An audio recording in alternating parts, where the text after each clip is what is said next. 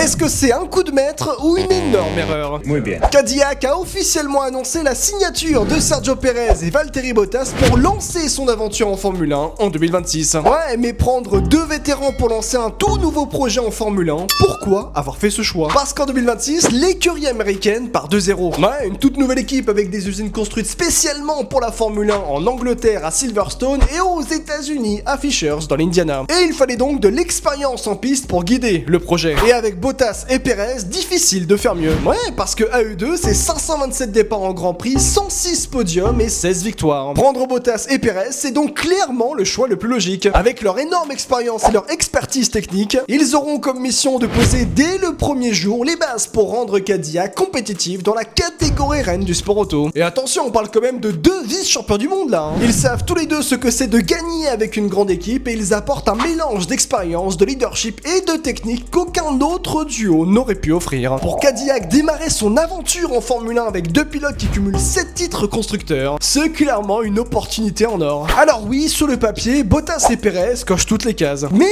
est-ce que ce sera suffisant pour démarrer la grande histoire de Cadillac en Formule 1? Et bah à vous de me dire en commentaire. Et surtout abonne-toi pour avoir demain une autre histoire sur la F1.